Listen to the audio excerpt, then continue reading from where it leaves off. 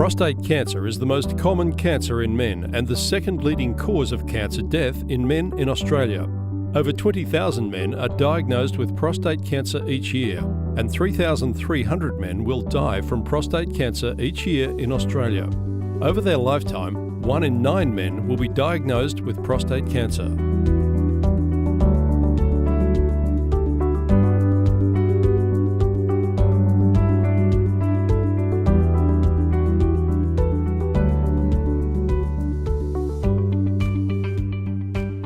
Being diagnosed with prostate cancer can be a very stressful time, not only for the patient, but also his partner and their family. In general, if prostate cancer is diagnosed early and the cancer is confined to the prostate, the cure rate is extremely high, so one should have a sense of optimism. There are many treatment options for localized prostate cancer, and there are several factors that are used in determining which is the best treatment option for the individual. In deciding which is the best treatment option, I look at the patient's age, their medical history, the size of their prostate, the absolute value of the patient's PSA and also their PSA history, the MRI findings, and how aggressive the prostate cancer is, which is known as the Gleason score. If the cancer has spread beyond the confines of the prostate, then the management options are different to when the cancer is confined to the prostate. In this situation, hormone therapy, chemotherapy, and occasionally radiotherapy are used to treat the cancer. Obviously, knowing if the prostate cancer has spread significantly affects management decisions, so early on staging investigations such as a CT scan and bone scan or a PSMA PET-CT scan will be performed. We also look at such things as a man's erectile function, how sexually active they are, and also whether or not they have any trouble urinating. All of these factors can help me guide the patient towards the treatment option that is the most appropriate in their individual situation. One of the major factors in deciding how to manage an individual's prostate cancer is the aggressiveness of the cancer. Not all prostate cancers behave the same. Prostate cancer is graded based on the microscopic appearance of the cells, which in turn relates to the clinical behaviour of the cancer. Prostate cancer can be graded using the Gleason score or alternatively using the ISUP grading system. The cancer can be assigned a Gleason score from 6 to 10, with 6 being the best and 10 being the worst, or alternatively an ISUP score from 1 to 5, with 1 being the best and 5 being the worst.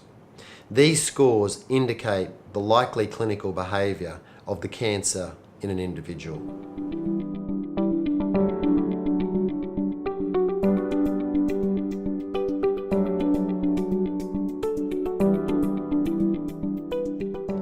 If left untreated, not all men with prostate cancer will die from their cancer. Some men will die from other causes, and their prostate cancer never causes them any trouble. Active surveillance is a management option in older men with low-risk prostate cancer who we feel will not ever die from their cancer. Low-risk prostate cancer generally means a small cancer with a low Gleason score of 6. On active surveillance, patients are monitored very closely with 6 monthly PSA blood tests, 6 monthly rectal examinations, yearly to 2 yearly MRIs, and 3 to 5 yearly biopsies.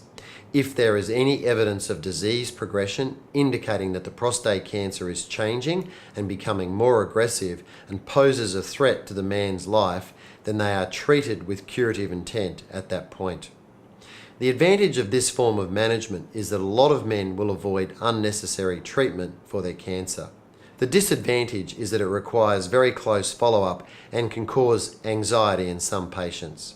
If men are observed according to a strict protocol, then it's very unlikely we would miss the window of opportunity for cure should the cancer progress and the cancer therefore require treatment.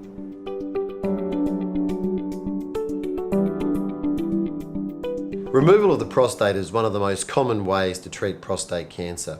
This involves removing the whole prostate and therefore all the cancer within the prostate. This can be done in several ways, but the most common way it is performed is by robotic prostatectomy.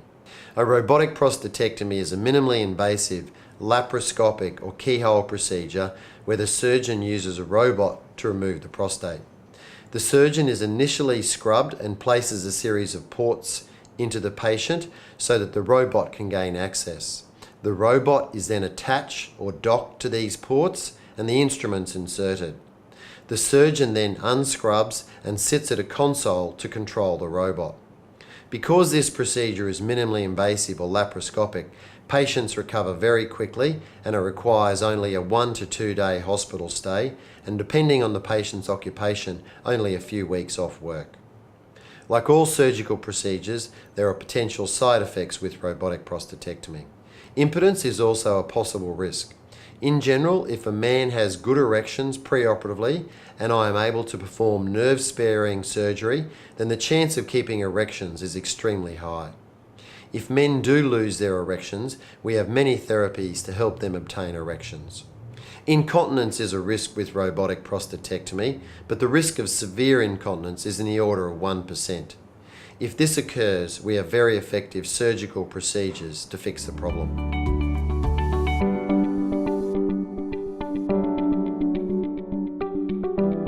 Radiation therapy relies on delivering high doses of radiation to cancer cells. Cancer cells divide more rapidly than normal cells, and the radiation therapy damages the cell's DNA, causing them to die. Radiotherapy also has the potential to affect normal cells within organs close to the prostate, such as the bladder and the bowel. This can result in potential side effects. Radiotherapy for prostate cancer leaves the prostate intact and kills the cancer cells within the prostate, as opposed to surgery where the whole prostate is removed, thereby removing all of the cancer cells. Radiotherapy can be delivered to the prostate by one of several techniques. Patients can either undergo external beam radiotherapy or brachytherapy, of which there are two types: low-dose rate brachytherapy and high-dose rate brachytherapy. During external beam radiotherapy, the radiation dose is delivered to the patient by a machine that directs the radiotherapy waves through the patient's body tissues to the prostate. This generally is administered every day, Monday to Friday, for 8 weeks and takes about 10 minutes each session. Modern external beam radiotherapy has progressed enormously over the last 15 years and is now an extremely safe procedure. One of the disadvantages of radiotherapy is that if the cancer does not respond to the radiotherapy, then salvage options are limited. It's very difficult to remove the prostate after radiotherapy and often results in significant side effects. On the other hand, if radiotherapy is required after surgery due to residual cancer, then radiotherapy in this situation is generally very well tolerated. A proportion of men after radiotherapy will have urinary and bowel irritation, but these symptoms are generally short-lived, and in the majority of cases, the irritation resolves totally. Brachytherapy also delivers radiotherapy to the prostate, but it differs in its mode of delivery. In external beam radiotherapy, the radiotherapy comes from the outside in, whereas in brachytherapy, the radiotherapy comes from within the prostate itself. In low-dose rate brachytherapy, the surgeon inserts a large number of radioactive seeds into the prostate during a non-invasive surgical procedure involving an overnight hospital stay. In high-dose rate brachytherapy, the surgeon inserts a number of rods into the prostate, which then have radioactive wires inserted down the rods to deliver the radiotherapy. High-dose rate brachytherapy is followed by an additional 5 weeks of external beam radiotherapy and is often combined with hormone therapy. In general, low-dose rate brachytherapy is used on low-risk prostate cancers, and high-dose rate brachytherapy is used on high-risk prostate cancers. The journey for men with prostate cancer can be daunting at the outset. It's important to realise that the cure rate for men with localised prostate cancer is extremely high, and a significant proportion of men will have minimal impact on their quality of life after treatment. There are many factors that need to be considered in order to make the right decision for the individual patient, and it's important that the surgeon, the patient, and his family make an informed decision together, taking into consideration the nature of the cancer, the general health of the patient, and the patient's individual wishes. It is a shared journey.